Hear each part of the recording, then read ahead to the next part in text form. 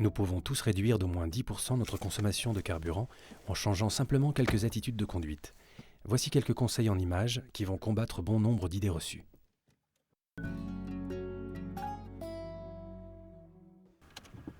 Pas besoin de préchauffer son véhicule. On démarre et c'est parti pour une Driving Eco 2 attitude souple et apaisée.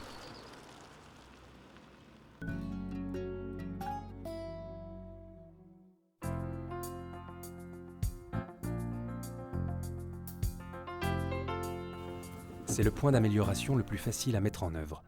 Pour moins consommer, il faut être sur le rapport le plus élevé le plus rapidement possible.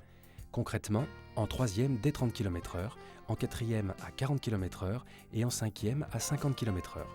On ne dépasse pas 2000 tours minute pour un diesel et 2300 tours minute pour un moteur essence.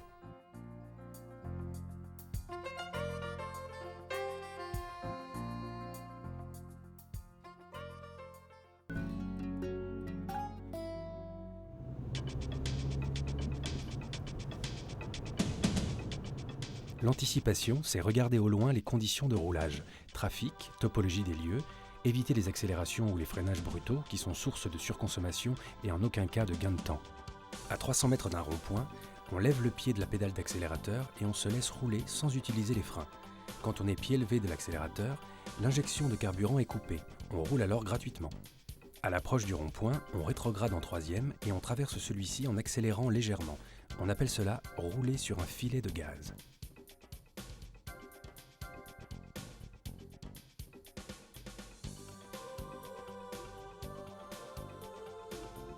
À 300 mètres d'un feu, s'il est vert, il y a de fortes chances qu'il passe au rouge quand j'arrive.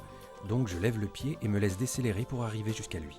Si le feu est rouge, je lève aussi le pied en essayant d'arriver à sa hauteur une fois que la file des véhicules aura redémarré. J'évite ainsi de freiner et de réaccélérer inutilement.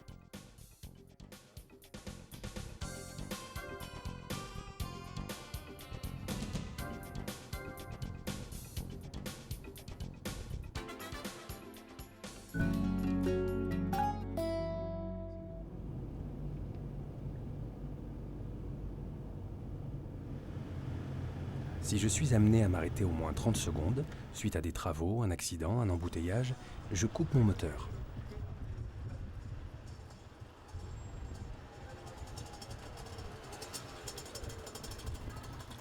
En effet, un démarrage moteur consomme seulement 4 à 5 secondes de ralenti.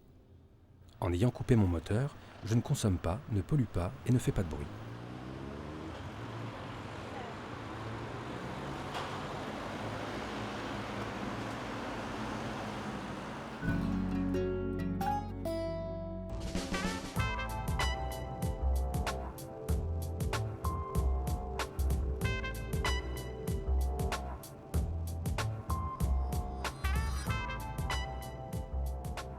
En descente, je lève le pied de la pédale d'accélérateur sans toucher le levier de vitesse.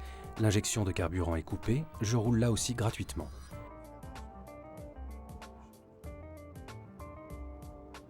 En revanche, suivant une idée fausse, si je me mets au point mort, je vais consommer comme au ralenti.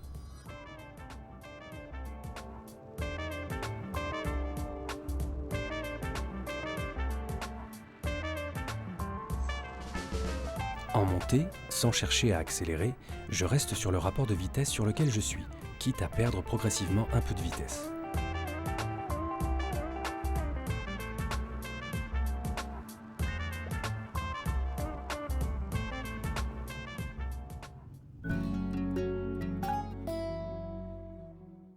Sur autoroute, si je roule à 120 km/h plutôt qu'à 130 km/h, je mettrai certes 4 minutes de plus sur 100 km.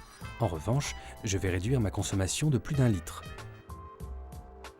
En roulant à 110 km/h, j'économiserai 1 litre supplémentaire. Donc, rouler à 110 km/h plutôt qu'à 130 km/h, c'est économiser 35% de carburant.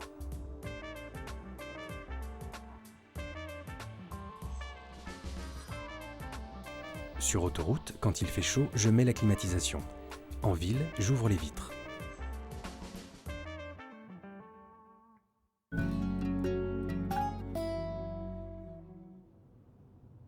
Lorsque j'aperçois le péage au loin, je lève le pied de la pédale d'accélérateur et me laisse décélérer jusqu'à la barrière de péage.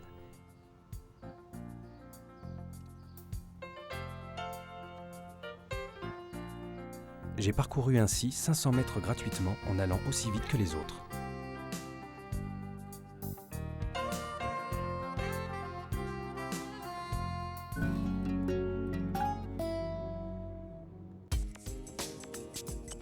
Un pneu perd 0,1 bar de pression tous les 2 mois, et quand il fait chaud, en été, c'est 2 fois plus.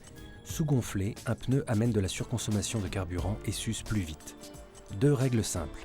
Je contrôle ma pression une fois par trimestre. Je me mets à la pression maxi autoroute, quelles que soient mes conditions de roulage.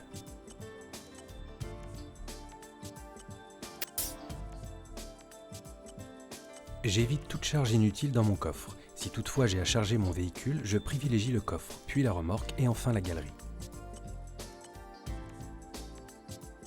À mon retour du ski, je laisse le ski box et ou les barres de toit dans mon garage. Pour les petits trajets de moins de 2 km, laissez votre véhicule au garage et allez-y à pied. C'est bon pour la santé, votre porte-monnaie et la planète.